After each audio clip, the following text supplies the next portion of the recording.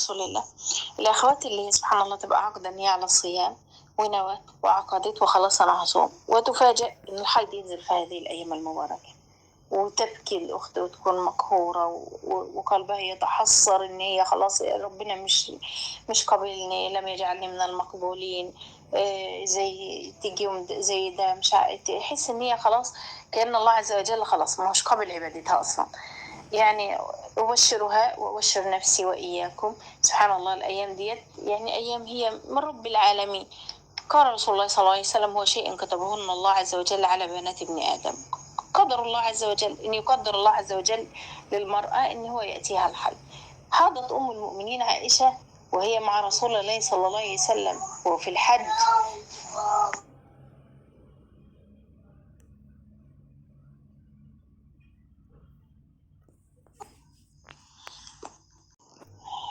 إنما الأعمال بالنيات وإنما لكل امرئ ما نوى، كما قال رسول الله صلى الله عليه وسلم: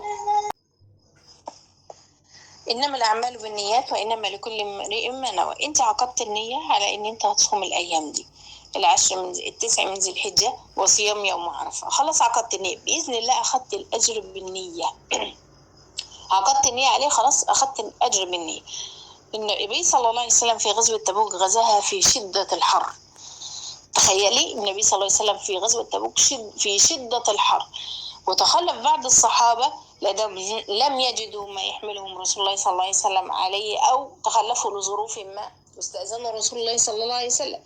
النبي صلى الله عليه وسلم هو في الوقت ده ومعاه الصحابة عليهم السلام مع رسول الله صلى الله عليه وسلم رضي الله عنهم، كانوا مع رسول الله صلى الله عليه وسلم في تبوك. يقول لهم: إن بالمدينة لأقواما ما سرتم مسيرة ولا قطعتم واديا إلا كانوا معكم شاركوكم الأجر. سبحان الله. قالوا: يا رسول الله وهم بالمدينة؟ إزاي إحنا نبقى في عز الحر وكفى بالسيوف على رقابنا فتنة وعمالين نقاتل ونحارب في شدة الحر وفي شدة التعب، وهم نفسه ياخدوا نفس الأجر؟ قال النبي صلى الله عليه وسلم: وهم بالمدينة حبسهم العسر. سبحان الله. زي انت جالسه في بيتك الان وتقولي: يا رب لو كان معايا فلوس، لو املك مال كنت اكون مع حجاج بيت الله الحرام الان. لو انا املك مال كان زماني دلوقتي في يوم الترويه معهم. لو انا بس عندي كذا، لو عندي مال كنت بنيت مسجد. لو عندي.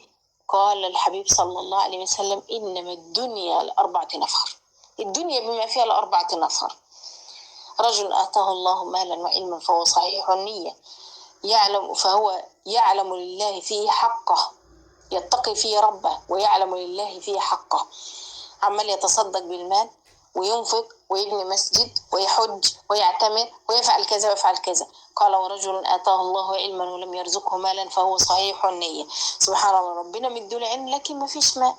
يقول: لو أن لي مالا ما فعلت به بفعل فلان، أو بعمل عملت فيه بعمل فلان، يعني من أعمال البر والتقوى والخير.